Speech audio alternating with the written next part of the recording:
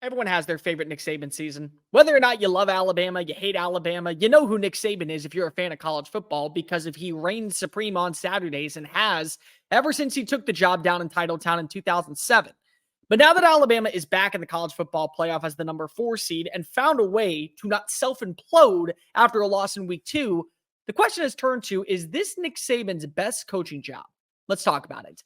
If you are new here, welcome on into the channel. My name is Cole Thompson. I'm a radio show host based in Houston, and I talk college football daily. So if that's the type of content you enjoy, plus coaching searches, anything going on with bowl games, the transfer portal, make sure you smash that subscribe button down below. Leave a comment telling me your thoughts on Nick Saban's job this season. Tell me your thoughts on any job of Nick Saban over the last 17 years. Continue to tell your friends, your family, every Alabama fan, your entire church congregation, and the drunk dude passed out in a Publix parking lot about this channel. We're on the race to 1,000, then 10,000, then 50,000, and 100,000. Ladies and gentlemen, we're going to get there. So why don't you jump on in while the water's fine. Give me a follow on my social media channels at Mr. Cole Thompson.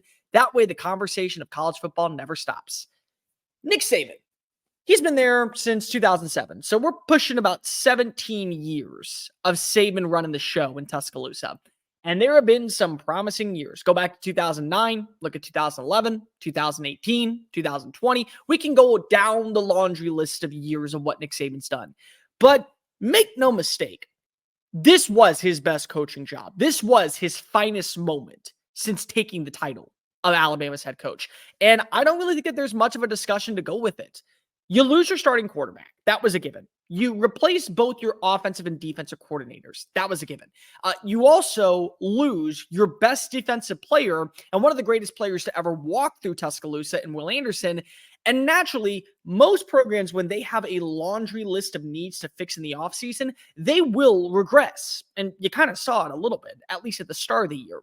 But never forget that Nick Saban is the ultimate trump card when it comes to adaptability.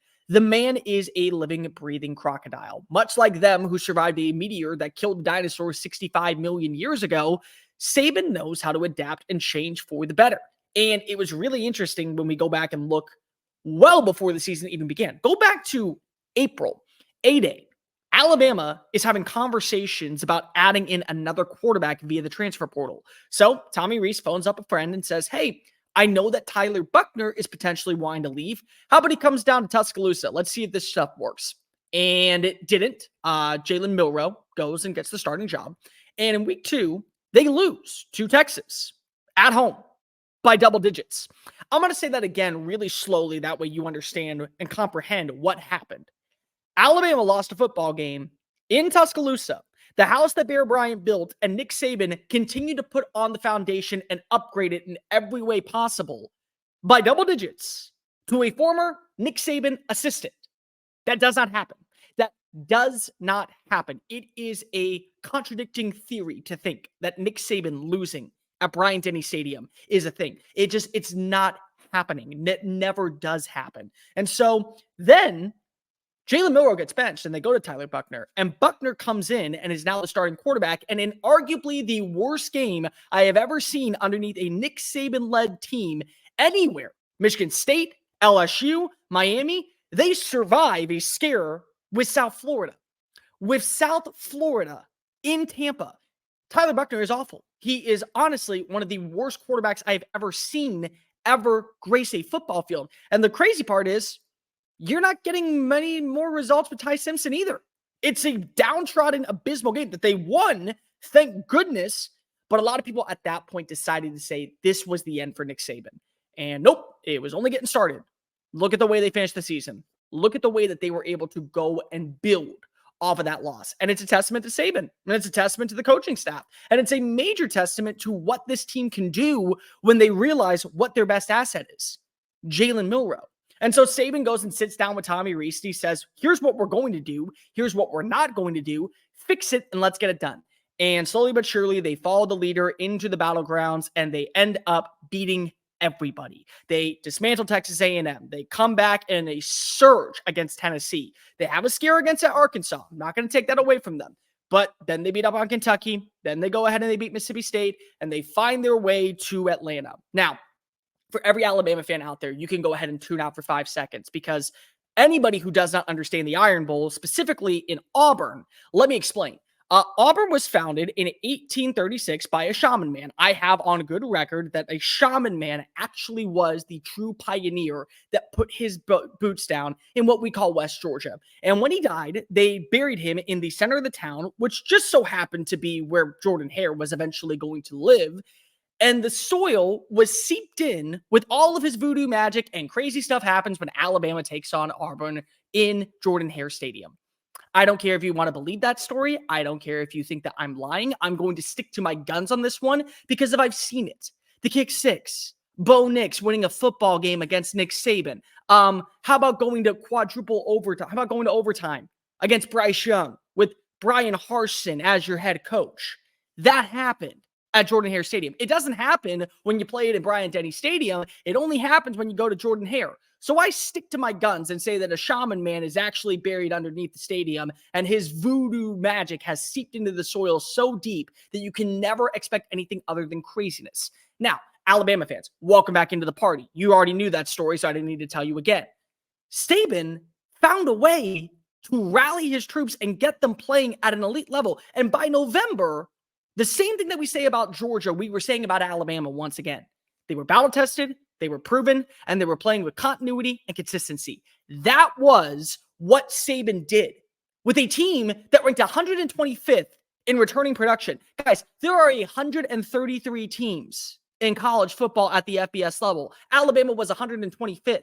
They lost both their coordinators, their star defensive player, a Heisman Trophy quarterback. They didn't have a true number one receiver. They didn't really know what they were doing with running back positions.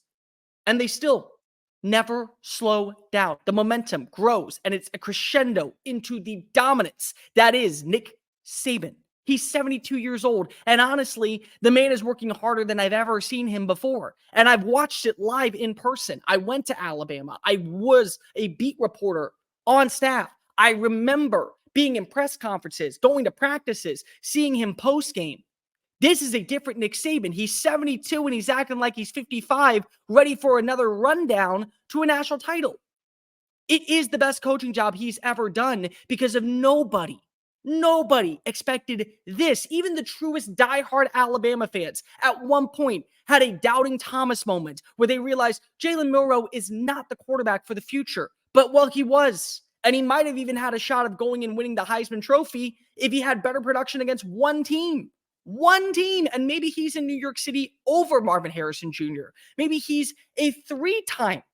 He's in third place when it comes to the Heisman Trophy presentation. All of that could have happened. But instead, we have the story and we have the baseline of where Saban continued to rise.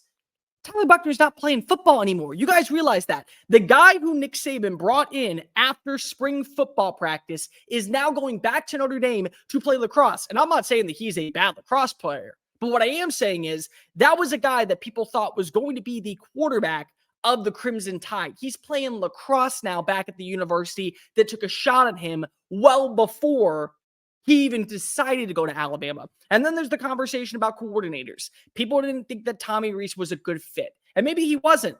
But Nick Saban wasn't getting much better than that. He called everywhere across the country. And he got the guy that fit for him. Kevin Steele. This right here. Hi, my phone. I had people calling me nonstop and texting who go to Alabama, who went to Alabama, who are Alabama fans. Really? Kevin Steele back in Tuscaloosa? No, it's not that. What it is it's the continuation and the ability to adapt and learn how to survive. And then the ultimate trump card, Georgia's up 7-0.